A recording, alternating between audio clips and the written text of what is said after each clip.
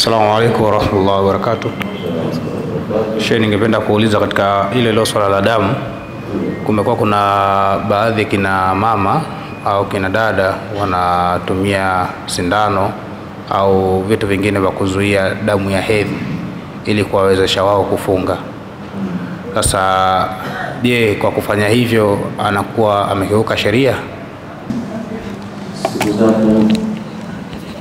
Kwa wale mama zetu, kipindi cha kutoka damu kinaenda mbele, masala ilikuwa na khilafu kubwa sana baina ya wanachuoni, hususan muasirun hawa wakati wetu huu.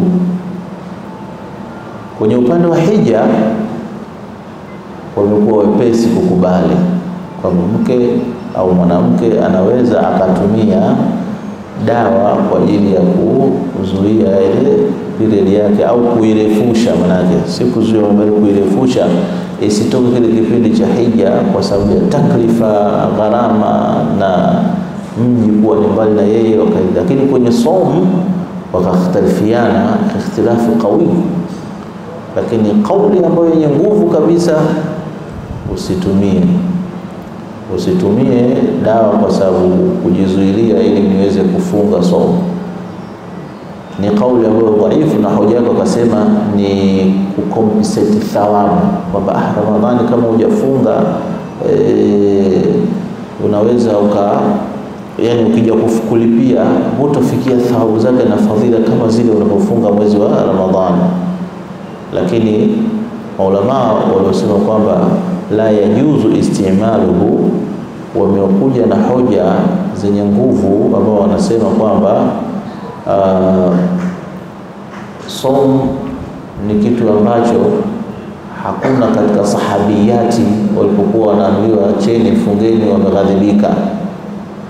Lakini tofauti ilipotokea kwenye hija, mama Sayyidatuna Aisha ilimtokezea akawa amesikitika kwa sababu ya umbali kutoka huku. Mtume sasa akampoza kwa kumwambia hadha ibtila banati adam isbiri ya Aisha, hii ni mtihani au nini lo pewa mabinti wa kibinadamu, kwa subiri. Wakapia na hoja kwamba waweza mtu asifunge pia, si kwa sababu ya kutoka damu, anaweza asifunge kwa asbabu nyingine, kama vile mtu akawa anaumwa maradhi au akapata kitu chochote kile cha kumfanyisha asifunge. Kwa hiyo umesema kwamba la yajuzu istimalu mawadi man'i dawra, kuzuia ule mzunguko wa damu ili kwa sababu mtu afunge. Kauli yenye nguvu kwamba la yajuzu, lakini ukija kusikia kwamba inajuzu ndio wale ambao wanatumia loophole, lakini kisheria haijuzu isipokuwa kwenye hija, kwa sababu ya dharura imeruhusika, kwa sababu ile gharama kubwa, mashaka ya kwenda na kurudi. Lakini somo haina mashaka hivyo, na hilo ndio Mungu ameliandikia, kwa sababu kuzuia mara nyingi ni madhara kuliko kuachia ile ada yao iendelee, ni siha. Allahu Ta'ala a'lam.